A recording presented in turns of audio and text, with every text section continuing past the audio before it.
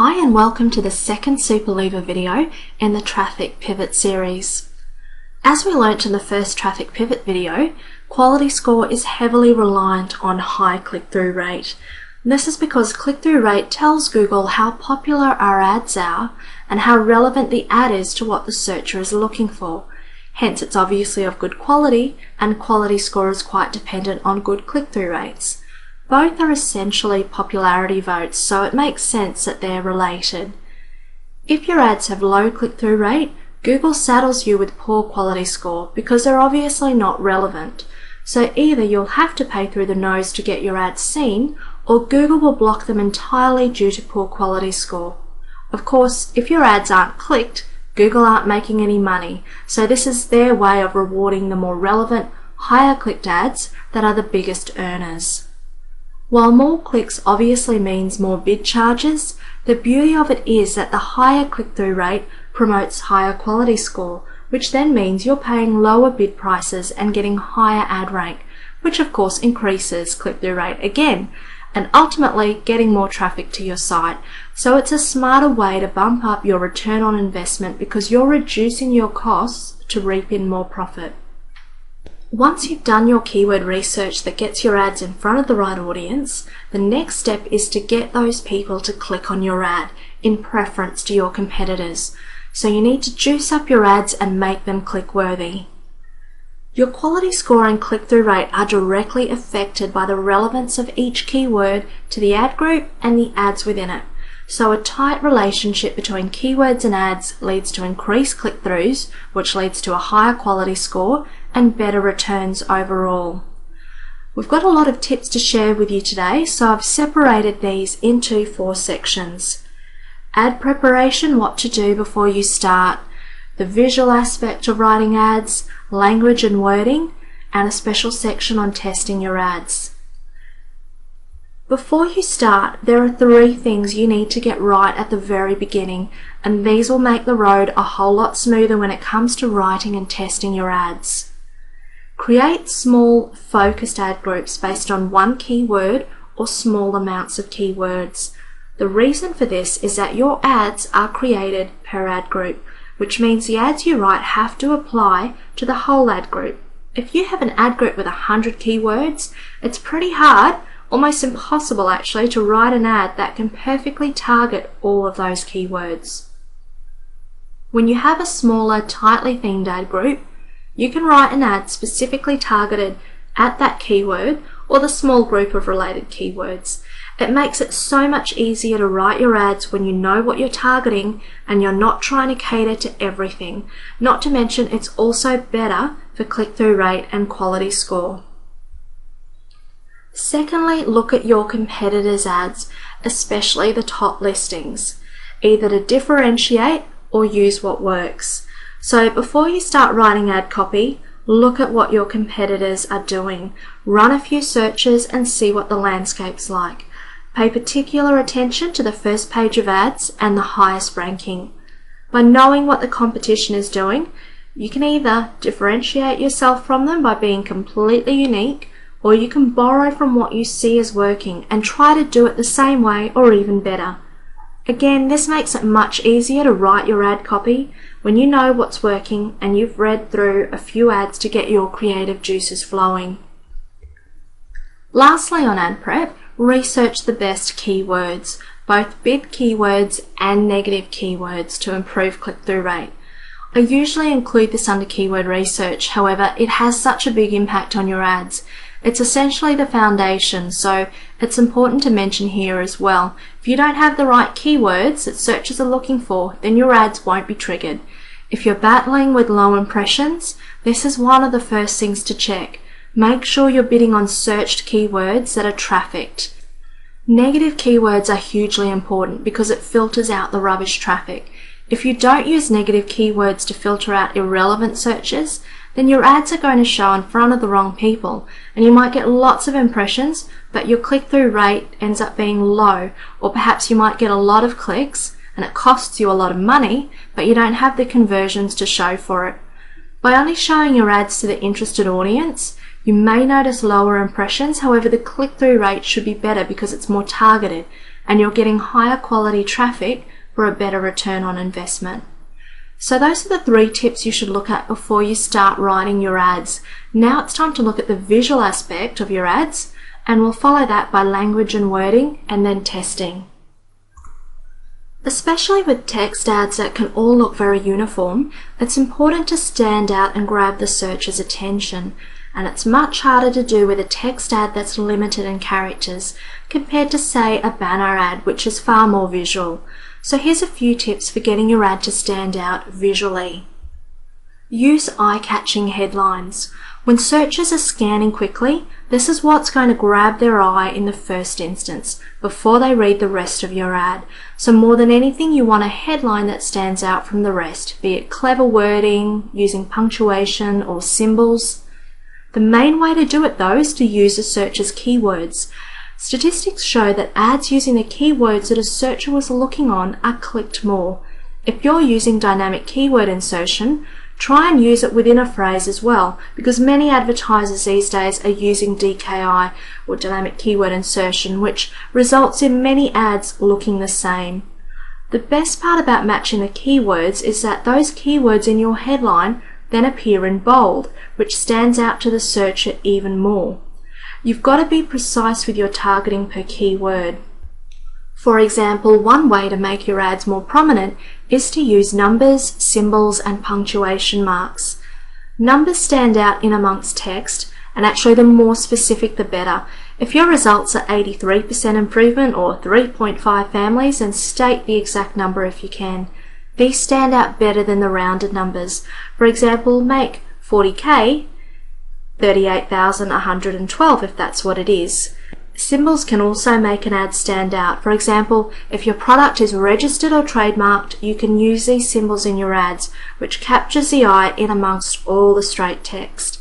Currency symbols like the $ or pound symbol also catch the eye. Smart use of punctuation marks such as hyphens, exclamations, full stops, commas, colons, etc. can make a lot of difference too. I've seen a surprising difference in results where the only change between 2 ads was an exclamation mark substituted with a full stop. This can be different on any campaign though, which is why testing is so important. Remember not to overuse or repeat too many punctuation marks though, because apart from not passing through the search engine limits on certain punctuation, this can also look messy, which can be eye-catching, but it also does make it harder for the reader to scan quickly. Here are some examples of ads using numbers, symbols, and punctuation, and as you can see, they stand out really well. In a similar way, test different capitalizations. In general, I've found capitalizing the first letter of every word to work the best, but there can be differences here again, so make sure you test with different capitalization. If your ad is a few short statements, capitalization may work better. If it's one long sentence, you may find lowercase is easier to read. Just see which one works best for your ads. Make the best use of space and don't overuse abbreviations. Because you've got limited space, you want to use it to maximum effect, so be concise in your wording and don't use unnecessary words. You want your message to come across quickly, especially when searchers are just scanning. While common abbreviations can be good, I've seen some ads that contained so many abbreviated words I didn't know what they were saying, so don't abbreviate or summarize so much that the message is lost. Be clear above all else. Differentiate visually with ad shapes and bolding patterns on your keywords. Now this one's definitely better demonstrated, so here's one of a cascading effect, and as you can see, each line is progressively longer than the other, creating a cascading effect. Another example is a short ad, and making ads really brief can also attract attention, and I've had a lot of success with some of these. Another example is using a cascade shape again, but also, as well as having lines which are each progressively longer, you can see that the bold is cascading as well, and the bold is created when the keywords that are triggered appear in the ad. So Google will bold the keywords triggered in the ad, and this one is created with dynamic keyword insertion in a cascade shape, so that once those keywords are triggered, it's also bolded and you've got the whole shape of the ad and the bolding in a cascade flow. In this ad example, the dynamic keyword insertion is placed in the form of an arrow, so once those keywords are bolded, you have a bold arrow shape. On the bottom is the reverse of that, so it's the same concept, but in this case, the dynamic keyword insertion is reversed to have an arrow pointing the other way. These are just a few examples of how you can catch a scanner's eye using different visual effects with your ads. You can also be creative with your own. Another thing you can do to appeal visually is to test different display URLs. Different formats and keywords can be used in your display URLs to better catch a searcher's eye. So for example, you can capitalize different words within the URL. So you see in the first example here, we've got your site and capitalize the first letter of each word, and in the other one, you've got a capitalized first letter only. You can also try with and without the www in front, and you can experiment with keywords in subdomains. So the actual domain still matches your destination URL as per Google's guidelines, but you would change around the dynamic insertion from a subdomain before or after your main URL. So you can see that in the last two examples below. And this adds more relevancy as well, particularly if your main domain name doesn't actually contain the relevant keywords. Another important part of appealing visually is to proofread and check for misspellings and incorrect grammar. You can sometimes come across mistakes if you're dynamically inserting words into ads and the wording of the ad doesn't fit with some keywords. So it's always good to double check the final product to make sure you're happy with it. Of course, mistakes in an ad can also grab someone's attention, but you don't want to scare visitors away by looking a bit dodgy. We'll now move away from the more visual aspect and look at the actual language and wording of your ad copy. Firstly, always include your keywords in your ad copy as much as possible, and there's a few reasons for this. Firstly, the keywords from the search phrase are bolded and stand out more. If you've got bolding throughout your ads because of multiple keywords, even better. Reflecting searchers' keywords back at them has been proven over and over to improve click-through rate, because they see an ad that's directly related to what they're looking for. It's a perfect match. This also makes your ad more relevant to the keyword and ad group, and you get better quality score, so you'll pay lower costs for a higher ad rank. Next, include geographic location or service area in your ads, and there's two reasons for this. One reason is to qualify your customers. If you only service a particular area, you don't want to waste money on clicks from people that can't take up your offer. Stating your location or service area is a good way to make sure that you only get quality traffic. The second reason is to appeal more to customers by including their area in your ad text so it stands out again, especially among non-geo-targeted ads. For example, you may offer a digital product that can be delivered to anyone globally. Someone may be looking for your product and searching for it within their region. If your ad states the region and keyword that the searcher is using, they're more likely to click because they're finding a perfect match again. So you don't necessarily need to just be servicing a specific area to use geo-targeting in your ads. You can still use it even if your offer applies to anyone, anywhere. Again, this is good for quality score because the ad is targeted and relevant to keywords. Rather than making a statement, ask a question within your headline or ad text and prompt a user to click to continue, either in answer to the question or because you've aroused their curiosity and they want to find out the answer. For example, the statement "make money online" can be turned into a question such as "want to make money online?" And this prompts a searcher to answer yes, which can result in another positive response, a click. Lose weight without dieting can be posed as a question like, "Are you sick of dieting?" Need help with PPC? Again prompts a searcher to answer yes and find out what help they can get. Which iPod is best? Doesn't prompt a yes or no response, but arouses curiosity to find out which one is the best. Using questions in your ads can encourage higher click-throughs, so test different questions and wording between headlines and ad body. Try and write your ads to evoke an emotional response. By using more emotive words, it makes your ads more compelling, and it also paints a picture for the searcher. Have a read through these ad examples. Each of these ads arouses an emotion and also helps the searcher to visualize the benefits. So try and use words that create an emotional response in your ads. When you write your ads, read them and see what words you could replace to inspire the reader to feel emotion, and look at different adjectives you can use to create a picture for the viewer. Using presuppositions or assumptions can also work well in your ad creative. When you're presupposing, you're taking a certain truth for granted, be it negative or positive.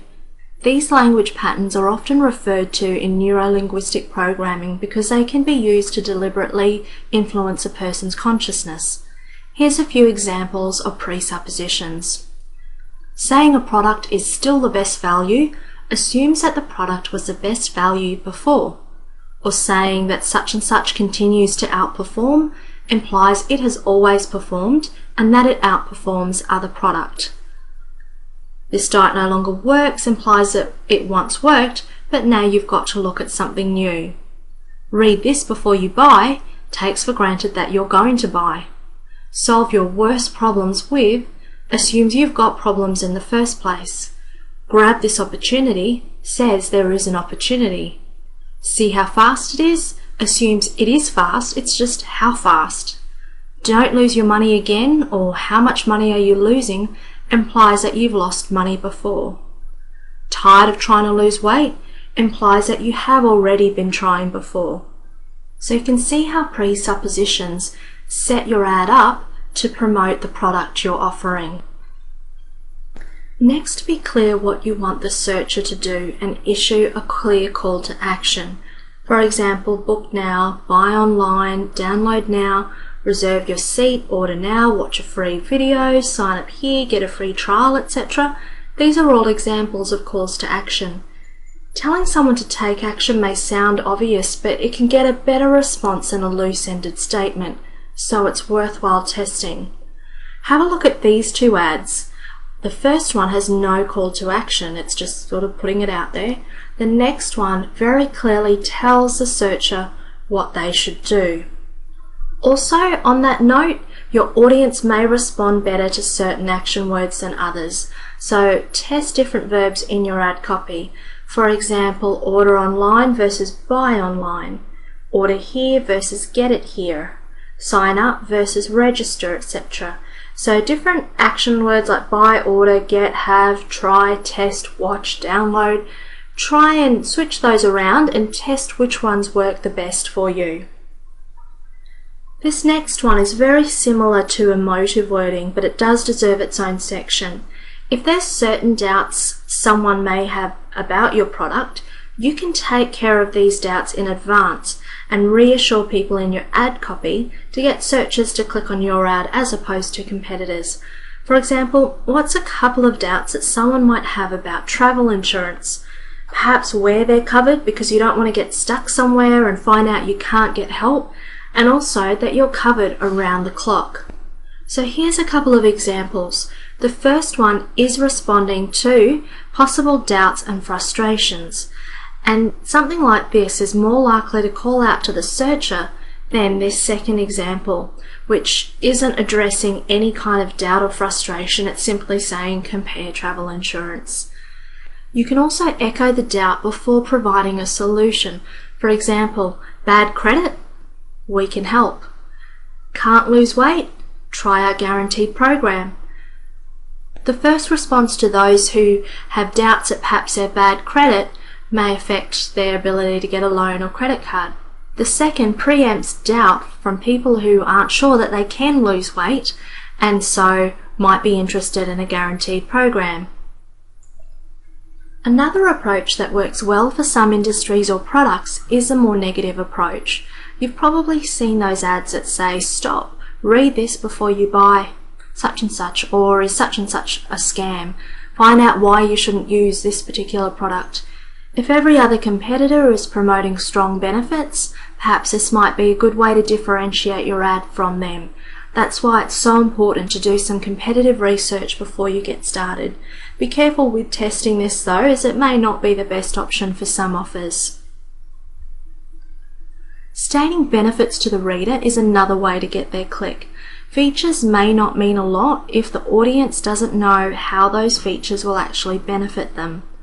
Put yourself in the reader's shoes and think, what's in it for me? Or how does it solve my problem? Then use those benefits or solutions to drive your copy. For example, compare this line, "Screen printing made easy with Nihock screen printing systems." So, okay, I know it's apparently easy, but the printing system really doesn't tell me much. Does it make it cheaper for me? Are the shirts better quality? Am I going to get them faster? Copy with more benefits might read more like this. Quality screen printing, low cost, fast delivery, don't leave the office, order online. This tells me I'm not going to pay as much, I'll get them fast, and it's convenient. These are the sort of benefits you want to think about and drive in your ad copy, since you've only got limited words to convince them to click and you want it to pack some punch. The more specific you can be about the benefits and results as well, the better. For example, learn guitar in 6 weeks, fast 24-hour turnaround, be free of acne in 3 days, lose 11 pounds in 4 weeks, etc. Also use language and tone catered to the target audience. This goes for the terminology or jargon you might use as well as for how you say it. For example, if you are advertising investment opportunities for venture capitalists, you'd be using a different tone than advertising a paintball skirmish site. So in your ads, speak in an everyday language and tone to entice your target market. And this may be more than one tone, so you can experiment with this as well. For example, weight loss ads could be tested with a tone of empathy, they could be motivational, or they could be with a more clinical tone. Test bonuses, pricing and time-limited offers. The goal of these is also to motivate the searcher to click on your ad. You can test pricing within your ad copy. This is a good qualifier as well, so you don't get people clicking that can't afford or aren't willing to pay a certain price point. It's also good to cut in front of your competitors if your price is the cheapest. However, this may not be the best option if your price isn't among the lowest, so just be careful when testing product prices in ad copy. Promoting a discounted percentage, dollar savings, free voucher or free shipping on an item can mean your ad is preferred over someone else's, so make use of this too if you can. If you can time limit the offer as well, this can help promote clicks and conversions because the searcher wants to take advantage of a benefit that will be taken away if they don't act straight away. Of course, if you're doing that, you need to make sure that the offer is also clear on your landing page. Take into account the stage in the purchase cycle. It's not all about demographic. The type of language and wording you use in your ads shouldn't just be targeted at your demographic. The person who would buy your product may be ready to purchase one day and not the next because he or she is at a different stage in the purchase cycle. So you want to get in front of the person when they're at the buying stage. For example, the same woman who's happily married one day could be trying to stop a divorce down the track. If you are advertising relationship therapy or a stop divorce kind of product, you'd want to get in front of that woman down the track when she's in need of this product. The triggering of your ads is mainly done through your keywords, but it is also the ad's job to carry it forward once it has been triggered and get the viewer to click through to the website. And this is best demonstrated with an example. So have a look at these couple of ads here which are targeted at the research phase. These ads are more about providing tips and advice for people looking to invest online, and they do appeal more to people in the research stage and not quite ready to invest their money. These two ads for the same search, however, speak to a person that's ready to take action, not just looking for information. From a branding point of view, You may not be as concerned with your ads being shown to people who aren't interested yet. You may just want your ads seen so that when the person is ready, they think of your product or company, and that's fine. You may then want to reword your ad accordingly so that it's seen by lots of people, but not necessarily clicked on. It depends on the goals of your marketing and also what return you want on your investment. Now that we've gotten through the language and wording section, it's time to take a look at testing. And you should always be testing. Never stop trying to improve your click-through rate. I don't believe there's ever a time when you stop testing ads. Things change, markets change, competitors come and go. You're always trying to improve and learn new things, like you've probably done in this video. And you may start with 6 ads and find 2 of them clearly outperform the others. Take those 2, make small changes, and see if you can get the new ones to outperform those 2. Take what you learn and keep improving your ads. Also look at the correlation between click-through rate and conversion rate. If you get a low click-through rate and a good conversion rate, then you can be pretty confident your landing page is probably good, but your ads just need to perform better to get the traffic to your site to convert. If you get a high click-through rate but a low conversion rate, what does that tell you? This could actually say a few things, and I just want to give you some hints to look at so you don't jump to the wrong conclusion. Firstly, the low conversion rate could point to a landing page that needs more improvement. That would usually be the first assumption because the click-through rate is good, so the ads must be alright. Not necessarily. This could point to the quality of traffic that's being sent to the landing page because once they get there and see what it is, it's not really what they were looking for. So in this case, you need to go back and review both your keywords to see if they can be targeted further to place your ads in front of the right traffic, and also look at testing different ads, perhaps with more details or qualifiers so that interested people click through. So as well as just the click-through rate, keep an eye on the relationship between click-through rate and conversion rates. Finally, make sure you don't test too many or too few ads at once. In saying this, there isn't a set number for this, and it can change even within the same account. Just let your traffic guide you in this. Think about this example. If you get an average of 20 clicks per day and you're testing 25 ads, how much time would it take you to find out which ads are performing the best? Each ad is not getting much of a run, and you could waste a lot of time and money running poorly performing ads before you actually know they're poor performers. However, if you're running the same 25 ads but you are getting 1,000 clicks through them per day, you'd actually have a pretty good idea of which ads were performing even during the course of the day. So in general, a faster testing cycle is more ideal because it allows you to get better ads running and bring you more profit sooner. So consider how much traffic you can test your ads on in a certain period of time and run a reasonable amount that can be properly tested and also that you can manage effectively as well. Once you've got the best performers from that lot, you can pause the low performing ads and create new ones based on what's working. We've been through a lot of tips now, so let's summarize all the tips from start to finish. Firstly, campaign structure. Create small focused ad groups based on one keyword or small amounts of targeted keywords.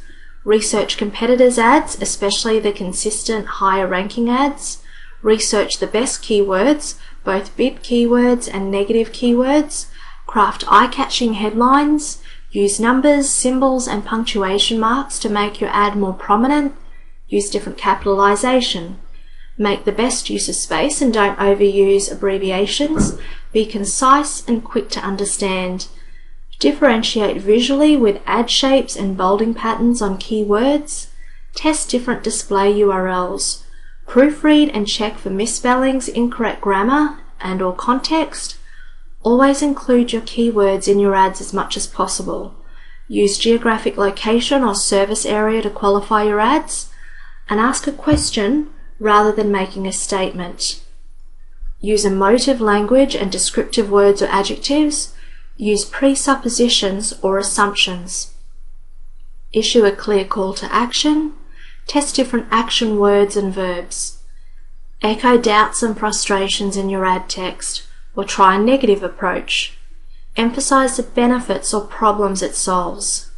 Use language and tone catered to the target audience. Test bonuses, pricing, and limited offers. Take into account the stage in the purchase cycle, and always test. Don't stop trying to improve your ads. Look at the correlation between click-through rates and conversion rate, and don't test too many or too few ads at once. Now you can move on to the third and final traffic pivot video, which carries on the quality score process with landing pages. Thanks for watching.